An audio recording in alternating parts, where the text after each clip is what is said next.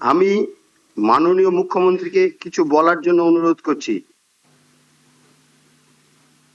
মাননীয় অধ্যক্ষ মহোদয় এবং নবনির্বাচিত সমস্ত সদস্যা এবং আমার ক্যাবিনেট কলিগ ও বিরোধী পক্ষে বিভিন্ন দল থেকে যারা নির্বাচিত হয়েছেন তাদের প্রত্যেককে আমি এই ঐতিহাসিক বিধানসভার পক্ষ থেকে, আমার পক্ষ থেকে, সরকারের পক্ষ থেকে অভিনন্দন জানাচ্ছি।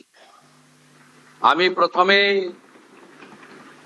ধন্যবাদ জ্ঞাপন করব সমস্ত সদস্যদের এবং বিরোধী দল, প্রধান বিরোধী দল সহ অন্যান্য বিরোধী দলকেও, যে তারা পশ্চিমবঙ্গ বিধানসভার মহান ঐতিহ্য মেনে এই স্পিকার নির্বাচনে সর্বসম্মতিক্রমে স্পিকারকে নির্বাচিত করেছেন এই পরম্পরা এবং ঐতিহ্যকে বজায় রাখার জন্য।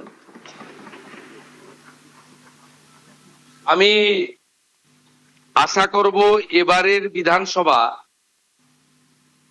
পশ্চিমবঙ্গের মানুষের আশা ভরসা প্রত্যাশা পূরণের ক্ষেত্রে অত্যন্ত গুরুত্বপূর্ণ একটা ভূমিকা গ্রহণ করবে।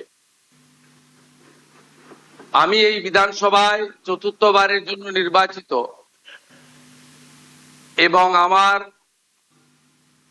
2006, 2016, 2021-এর অভিজ্ঞতা আজকে আমি অম্লমধুর অভিজ্ঞতা, সেটা আমি তুলে ধরতে চাই না। আমি চাই যে সমস্ত পুরানো যা আমাদের ভুল ত্রুটি বিচ্যুতি বা আমাদের যে সংসদীয় গণতন্ত্রের একটা বিরাট পরম্পরা রয়েছে, সেটাকে আমরা কখনোই দৃষ্টান্তমূলক হিসেবে না ধরে আমাদের সংবিধান, বিধানসভার নিজস্ব রুলস এবং বহুদলীয় গণতন্ত্রের যে পরম্পরা রয়েছে সেটা আমরা মেনেই এই বিধানসভায় অংশগ্রহণ করব এবং আলোচনায় আমরা নিজেদের মতামত রাখব। আমি আশা করব যে এই বিধানসভা চলার ক্ষেত্রে মাননীয় বিধায়কদের উপস্থিতি, প্রশ্নোত্তর পর্ব থেকে শুরু করে সমস্ত গুরুত্বপূর্ণ বিষয়ে আলোচনায় অংশগ্রহণ করা, নিশ্চয়ই বিরোধীদের প্রতিবাদ থাকবে, বিরোধীদের আবেদন থাকবে, কিন্তু প্রথম দিন থেকেই বিধানসভার কার্যপ্রণালী, বিধানসভায় বিএ কমিটিতে যা নির্দিষ্ট হবে সেই বিষয়গুলিকে বানচাল করার প্রয়াস থেকে তারা বিরত থাকবেন। আমরা চাই একটি নতুন যুগের সূচনা। ভারতবর্ষ বহু প্রদেশের সমন্বয়ে গঠিত পৃথিবীর সর্ববৃহৎ গণতান্ত্রিক দেশ। অন্যান্য রাজ্যের বিধানসভার পারফরমেন্স, তার এলাকার বিধায়কের পারফরমেন্স সরাসরি মানুষ দেখতে পায়। আমাদের এই বিধানসভায় বিধায়কদের পারফরমেন্স, তারা আসছেন কি আসছেন না, তাদের যে উদ্দেশ্য নিয়ে এলাকার জনগণ নির্বাচিত করেন, তাদের দায়বদ্ধতা কতটা তারা পূরণ করছেন কি করছেন না, এগুলো সম্পর্কে ভোটার, গণদেবতা, জনতা জনার্দন তারা সম্পূর্ণ অন্ধকারে থাকে। তাই আমি আশা করব মাননীয় অধ্যক্ষের নেতৃত্বে এই ঐতিহাসিক বিধানসভা,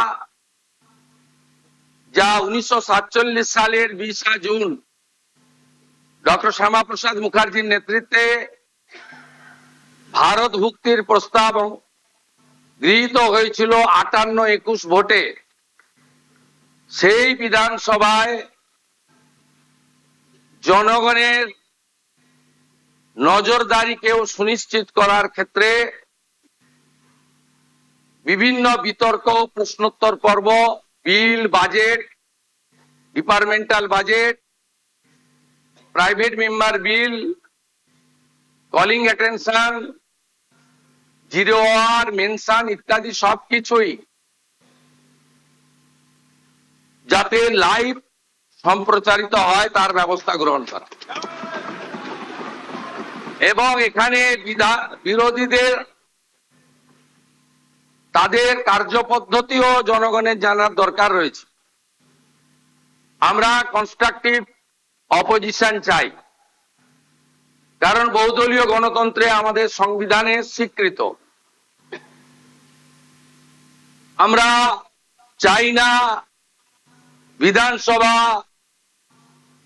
তার বিরোধী দলনেতা তাকে 11 মাস হাউসের বাইরে রেখে হাউস চলুক। আমরা চাই না কোনো বিধায়ক শারীরিকভাবে নিগৃহীত হয়ে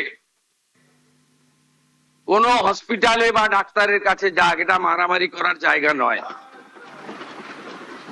আমরা চাই দায়বদ্ধতা, ভাষা প্রয়োগের শালীনতা। আমরা চাই সংবিধানকে মাথায় রেখে সংবিধানের যে 3টি বিষয় রয়েছে, for the people, by the people, of the people, সেটাকে মেনে আমরা এই বিধানসভাকে এগিয়ে নিয়ে যেতে চাই। আজকে দীর্ঘ বক্তৃতা করা উচিত নয়। পরম্পরা মেনে প্রোটেম স্পিকার যিনি গত 3 দিন নিষ্ঠার সঙ্গে চালালেন, মাননীয় Tapas Roy, senior member of this house, senior leader of the state, তার যোগ্যতা দিয়ে যেভাবে পরিচালনা করেছেন তিনিও নিশ্চয়ই ধন্যবাদ জ্ঞাপন করবেন। এখানে প্রধান বিরোধী দল থাকলেও অন্যান্য বিরোধী দল থেকেও কয়েকজন জিতে এসেছেন।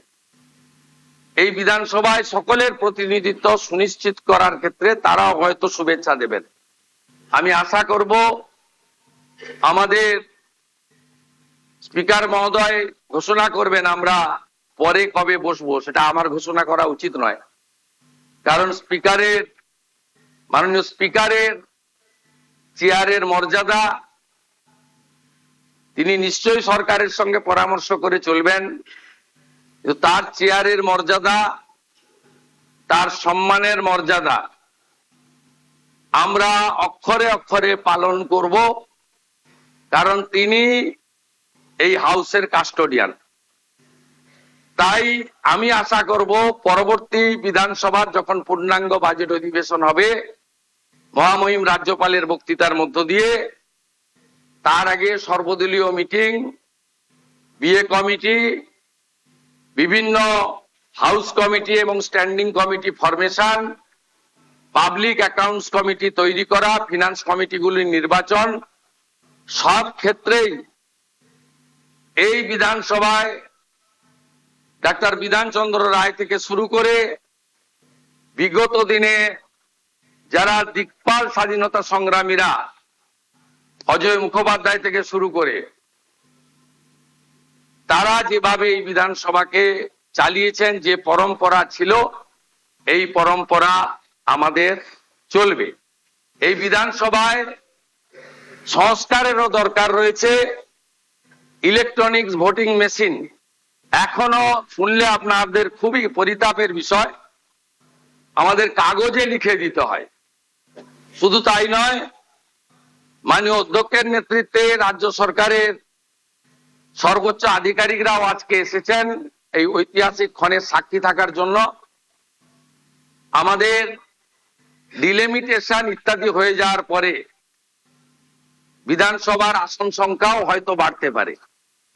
তাই ভবিষ্যৎ পরিকল্পনায় নতুন বিধানসভা ভবনের প্রয়াসও অধ্যক্ষের নেতৃত্বে রাজ্য সরকারের সহযোগিতায় আমরা আগামী দিনে করব ইত্যাদি আমি আশা প্রকাশ করে বিরোধীদের আশ্বস্ত করতে চাই যে সংবিধানের পরিভাষা বিধানসভা সংসদীয় গণতন্ত্রে house belongs to opposition, final decision অধ্যক্ষ নেবেন, কিন্তু আলোচনায় অংশগ্রহণের ক্ষেত্রে সময় বরাদ্দর ক্ষেত্রে সরকারের ভূমিকা, সরকারি দলের ভূমিকা আমি পরিষ্কার করতে চাই।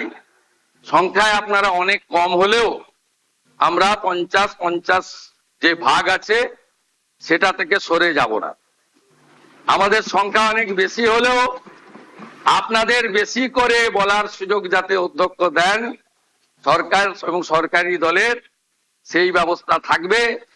আমি মুখ্যমন্ত্রী হিসেবে মাননীয় বিধায়কদের কোন দল থেকে জিতেছেন বড় কথা নয়, মন্ত্রীদের সঙ্গে মিট করবেন, যদি না আপনাদের দলের আপত্তি না থাকে।